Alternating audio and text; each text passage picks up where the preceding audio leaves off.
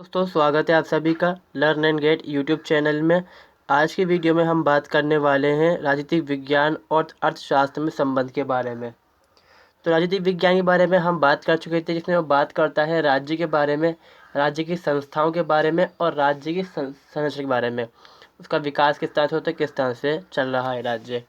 और वहीं पर हम बात करें तो अर्थशास्त्र बात करता है इंसान के धन के बारे में। इंसान को अर्थशास्त्र एक तरह से संसाधन के रूप में देखता है और मात्रा के रूप में नापता है कि एक इंसान कितना पैसा कमा सकता है या कितना वो इनकम करता है। इस सभी चीज़ों को देखता है अर्थशास्त्र। तो पहले तो हम देखेंगे प्राचीन समय के अंदर बात की जाती थी अर्थशास्त्र और राजनीतिक विज्ञान दोनों ही एक विषय हुआ करते हैं, जिसको वो प्राचीन समय के अंदर अर्थशास्त्र या फिर राजनीतिक विज्ञान या राजनीतिक अर्थशास्त्र कहा जाता था, या फिर राजनीतिक अर्थव्यवस्था कहते थे, या फिर इसको एक नाम होता है इसका आर्थिक राजनीति। इस तरह के नाम हुआ करते थे इसके अंदर। और दोनों को ही प्राचीन जो लेखक थे वो मानते थे कि दोनों ही एक विचारधारा या फिर एक विषय है अध्ययन का। बाद में चल के हम क्या देखते हैं, दोनों में परिवर्तन हो जाता है और वह विकसित होती हैं, तो दोनों विचारधाराएँ जो होती हैं, जो अध्ययन का क्षेत्र है दोनों का विषय, वो अलग हो जाता है। और चाणक्य जो है, यानी कि जो चाणक्य थे, कौटिल्य जिनको हम बोलते हैं, इनकी किताब जो है आप जानते ही हैं, जिन्होंने अर्थशास्त्र किताब लिखी थी, वो राजनीति के बारे में है। अभी किस तरह से है, क्योंकि वो राजा को बताती है कि आपको अपना प्रशासन किस तरह से चलाना है, किस तरह से आपको आपके राज्य के अंदर आर्थिक क्रियाएं करनी है। तो वो इस तरह से अर्थशास्त्र जो किताब अर्थव्यवस्था के बारे में है, वो होते हुए भी जो राजनीतिक सिस्टम है उसके अंदर पहुंच जाती है। इस बारे में हम देखते हैं कि जो व्यवस्था होती है तो वो रास्ते के अंदर स्थापित की जाती है राज्य के अंदर। अब एक चीज़ आपको देखने को मिलेगी, जो राजनीति होती है वो हमेशा प्रभावित करती है अर्थव्यवस्था को, और जो अर्थव्यवस्था है वो प्रभावित करती है नीति को। राजनीति में हम क्या देखते हैं कि जैसे कि आप मान लीजिए आज के वक्त में जो सरकार है, या हम कोई सरकार ले लेते हैं पहली, या जो सरकार आने वाली है, उस सरकार के पीछे जो पार्टी होती है, कोई एक पार्टी सरकार बनाती है हमारे यहाँ, तो उस पार्टी को कोई ना कोई कंपनियाँ होती हैं, कुछ कंपनी एक होगी या कोई बड़ी कंपनी होंगी, वो उनको पैसे देती है चुनाव प्रचार करने के लिए, चंदा वगैरह उनको मिलता है इस तरह से, या डोनेशन वगैरह जो होती हैं, डायरेक्ट हो इनडायरेक्ट डोनेशन मिलती हैं उन लोगों को। तो वो पार्टी जो सरकार बना लेती है अपनी, तो वो ऐसी आर्थिक नीतियाँ बनाती जो सरकार, जो वो पार्टी हो, जो कंपनी थी, उसको उससे फ़ायदा हो, क्योंकि ये राजनीति भी है तो अर्थव्यवस्था भी है। आप देखिए कि एक पार्टी ने आर्थिक मदद करी, एक कंपनी ने मदद करी आर्थिक पार्टी की, वो चुनाव जीत गई। अब वो राजनीति करते हुए पार्टी चुनाव जीत चुकी है, तो वो ही राज्य के अंदर जो राजनीतिक सिस्टम है जो हमारा, उसके अंदर फेरबदल करके ऐसी नीतियाँ बनाएगी जिससे उस कंपनी को फ़ायदा हो। यानी कि पहले अर्थव्यवस्था से उन्होंने फ़ायदा पहुँचाया उस पार्टी को, फिर राजनीति का इस्तेमाल करते हुए सरकार बनाई उन्होंने, फिर दोबारा वो आर्थिक फ़ायदा दे रहे हैं। तो ये चक्कर है राजनीति का और अर्थव्यवस्था जो चलता रहता है लगातार। तो इस तरह दोनों चीज़ें प्रभावित करती हैं राजनीति अर्थव्यवस्था को, और अर्थव्यवस्था प्रभावित करती है राजनीति विज्ञान को। तो ये इसलिए संबंध दोनों के बीच में स्थापित हो जाता है। यहाँ पर चार्ल्स बेयर्ड क्या पे कहते हैं कि अगर अर्थव्यवस्था नहीं है, यानी कि अर्थशास्त्र नहीं है, तो राजनीति अधूरी है, सिर्फ ढांचा ही रह जाता है इसके अंदर। क्योंकि जो भी चीज़ होती है वो पैसे और ताकत की नहीं की जाती है हमेशा, और पैसे ताकत भी हासिल की जा सकती है।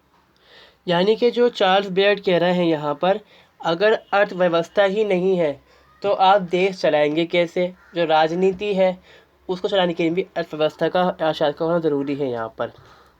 तो इस चीज़ को हम कुछ बिंदुओं के माध्यम से समझना चाहेंगे, कि देखेंगे कि भाई किस तरह से दोनों चीज़ एक दूसरे से संबंधित है।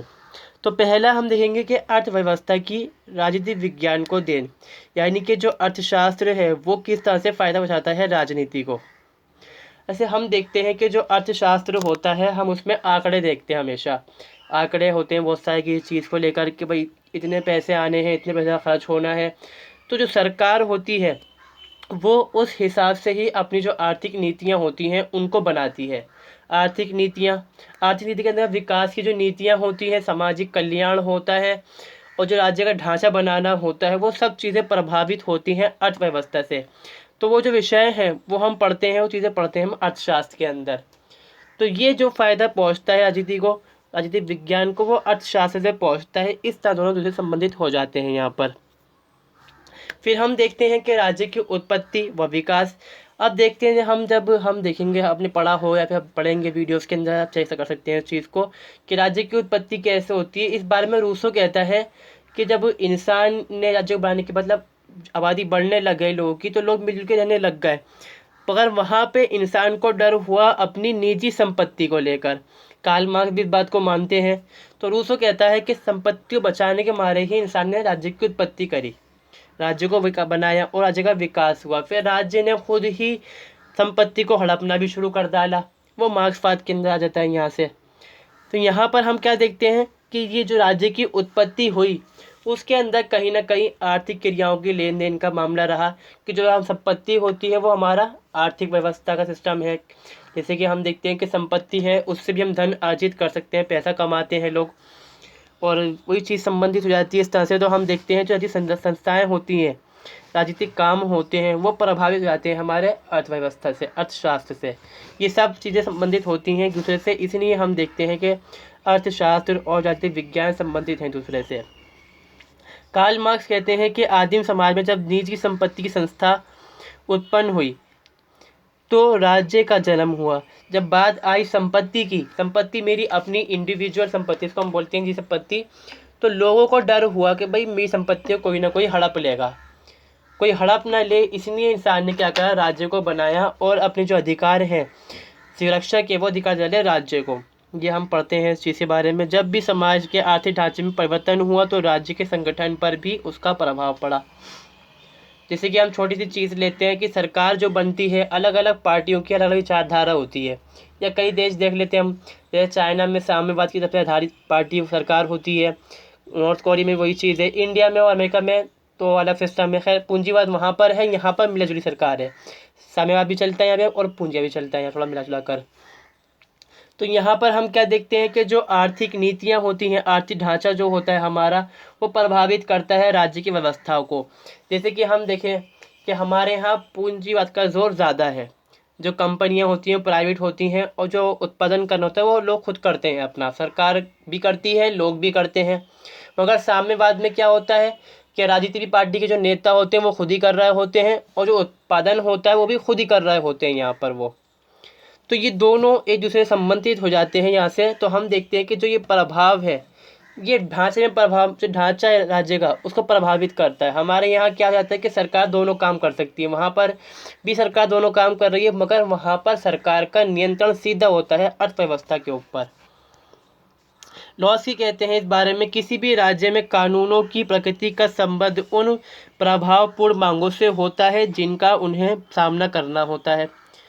ये मांगें साधारण रूप से उस ढंग पर आधारित होती हैं जिनसे उन पर शासन में आर्थिक शक्ति का वितरण किया जाता है। जैसे कि हम मान लेते हैं हमारे यहाँ हमेशा होती है, मांग उठती है नौकरी की, रोज़गार की, तो ये प्रभावित हो जाते हैं। जो कानून होते हैं, इस तरह कानून बनाए जाते हैं कि भाई नौकरी मिल जाए, मगर मिलती नहीं है। फिलहाल तो यही है कि मिलती ही नहीं है लोगों को, और उल्टा ख़त्म ही हो जाती है जितनी नौकरी मिलनी होती है वो चीज़ें भी। पर यहाँ पर हमें ये देखना है कि जो कानून है वो प्रभावित हो रहे हैं मांगों से। अब देखिए, औरतों ने कहा हमें चाहिए सुरक्षा, सुरक्षा के लिए थोड़ा खर्चा ज़्यादा करना पड़ेगा गवर्नमेंट को, कैमरा लगाने पड़ेंगे, जैसे कि लगाए गए बहुत जगहों पे, चाहे वो सफल रहे ना सफल रहे उससे बात नहीं होती, पर हम यहाँ पे देखेंगे कि गवर्नमेंट ने खर्चा करा उसके लिए, लाइटें लगवाएंगे, फिर सिविल डिफेंस के वर्कर्स होते हैं, वॉलेंटियर्स होते हैं, उनको लगाएंगे। तो यहाँ पर फिर कानून बनाए जाएंगे महिला सुरक्षा के लिए। तो ये क्या होगा कि सुरक्षा के हिसाब से बनाई गई चीज़ें, उसमें जो हम देखते हैं धन है उसका खर्चा किया गया, तो ये प्रभावित करेंगे। और जो कानून होगा तो यहाँ पर मांग उठेगी, नौकरी की मांग उठेगी, और सुरक्षा मामले में मांग उठती है औरतों के खासकर। दूसरा होता है, अब देखेंगे तो राजनीतिक विज्ञान की अर्थशास्त्र को देन। इसमें हम देखते हैं कि जो राज्य की नीतियाँ होती हैं वो प्रभावित करती हैं अर्थव्यवस्था को। देखिए, पहले आपने देखा था कि जो अर्थव्यवस्था है वो प्रभावित करती है राज्य की नीतियों को, इसी तरह से जो राज्य की नीतियाँ होती हैं प्रभावित करती हैं अर्थव्यवस्था को। जैसे हम देखते हैं कि जो पूंजी देश होते हैं जल्दी तरक्की कर लेते हैं वो, वहीं पर जो साम्यवादी देश होते हैं तरक्की कम कर पाते हैं, क्योंकि नीतियाँ वहाँ की अलग होती हैं यहाँ से। ये इस चीज़ को समझ सकते हैं बड़ी आसानी से कि उत्पादन का नियंत्रण किसके पास है। हमारे यहाँ दो तरह से नियंत्रण होता है, सरकार भी उत्पादन करती है, और जो लोग होते हैं निजी तौर पर नियंत्रण वहाँ पर उत्पादन होता है यहाँ पर। तो इससे क्या होता है, प्रणाली क्या करती है, निश्चित करती है। सरकार की नीतियों ने बना डाला सिस्टम कि भाई मैं भी सिर्फ मैं ही उगाऊंगा, मैं ही बेचूंगा, तो सरकार को ही फ़ायदा है इससे। तो ये ढांचा जो होगा, वहाँ का आर्थिक ढांचा जो होगा वो कमज़ोर हो जाएगा। और यहाँ पर जहाँ हम देखते हैं भारत की तुलना में कि सरकार भी उगाएगी, बेचेगी भी, आप भी उगाइए, आप भी बेचिए, तो जो ढांचा होगा, आर्थिक ढांचा, वो अच्छा होगा यहाँ पर। तो इससे क्या हुआ, राजनीति ने एक जगह तो फ़ायदा कर दिया, एक जगह नुकसान कर दिया। ये प्रभावित कर डालता है इस तरह से, इसलिए इस तरह से संबंधित हो जाते हैं ये। फिर विषय वस्तु के क्षेत्र में दोनों में संबंधित होता है। जैसे कि हम देखते हैं कि साम्यवाद है, पूंजीवाद है, पढ़ते हैं हम इनके बारे में। तो हम ये भी देखते हैं कि अर्थव्यवस्था कैसी है, सरकार क्या ही चल रही है।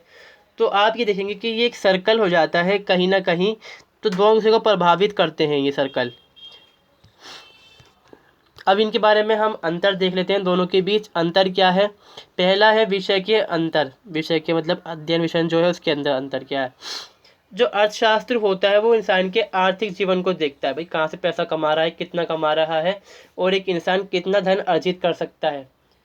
वहीं जो राजनीति होती है वो देखती है राजनीतिक जीवन में, मगर राजनीतिक जीवन के अंदर कहीं ना कहीं जो अर्थव्यवस्था होती है, इंसान की आर्थिक हालत होती है, वो भी आई जाती है।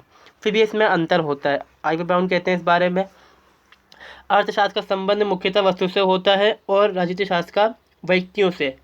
क्योंकि अर्थव्यवस्था में हम कहते हैं उत्पादन कहाँ से हो रहा है, पैसा कहाँ से आ रहा है। राजनीति में कहते हैं कि लोग कितने पक्ष में हैं हमारे और कितने खिलाफ हैं, हम अक्सर इसमें आता है यही चीज़ देखते हैं। इसके अतिरिक्त राजनीतिक शास्त्र के अध्ययन क्षेत्र में वे सब विषय आते हैं जो मानव कल्याण के लिए आवश्यक है। तो हम देखते हैं कि भाई संबंधित हो जाते हैं यहाँ पर। मगर जो अर्थशास्त्र है उसका क्षेत्र कम होता है, सिर्फ अर्थव्यवस्था तक होता है, और जो राजनीति है उसका क्षेत्र बड़ा है, उसमें कहीं ना कहीं पर जो अर्थव्यवस्था है वो शामिल हो जाती है। तो ये दोनों में अंतर है। फिर आता है प्रकृति में अंतर। दोनों शास्त्र की प्रकृति में वे भी पर्याप्त अंतर है। जो राजनीतिक विज्ञान है वो बात करती है आदर्शात्मक के अच्छे से अच्छी चीज़ हो सके राज्य के लिए, और जो अर्थशास्त्र है वो कहता है मात्रा वर्णात्मक, बताता है भाई कितनी कितनी क्वांटिटी है इसके अंदर। राजनीतिक शास्त्र राजनीति व नीति दोनों मूल्य पर विचार करता है, और अर्थशास्त्र भौतिक पर जो दिखाई देता है हमें। फिर उद्देश्यों में क्या अंतर है। उद्देश्य यहाँ पर है कि जो अर्थशास्त्र है वो कहता है धन के बारे में, धन कहाँ से आएगा, कितना आएगा, किस तरह से आएगा। जो राजनीति है वो कहती है भाई व्यक्ति के बारे में अध्ययन करती है, व्यक्ति का मिजाज कैसा है, कौन हमारे पक्ष में रहेगा। तो ये दोनों में अंतर था और ये संबंध था, हमने जाना इस वीडियो के माध्यम से। तो वीडियो आपको अच्छी लगे तो लाइक करिएगा, शेयर करिएगा। मिलते हैं हम अगली वीडियो में।